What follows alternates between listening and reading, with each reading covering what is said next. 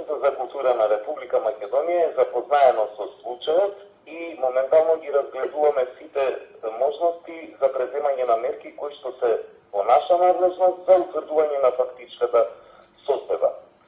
Од оно што ние го знаеме, се работи за мермерна плоча на стариот храм Рождество на Пресвета Богородица од Скопје, која датира од 1879 година. Таа била поставена на главната врата и на неа пишувало главна врата на Българската народна црква. Тоа е запишано на плочата.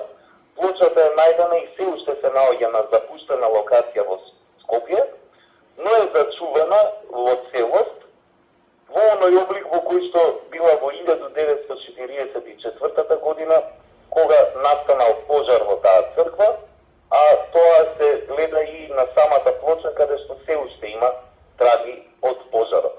Откако ќе ги утврдиме сите фактички состојби, Министерството за култура ќе излезе пред јавноста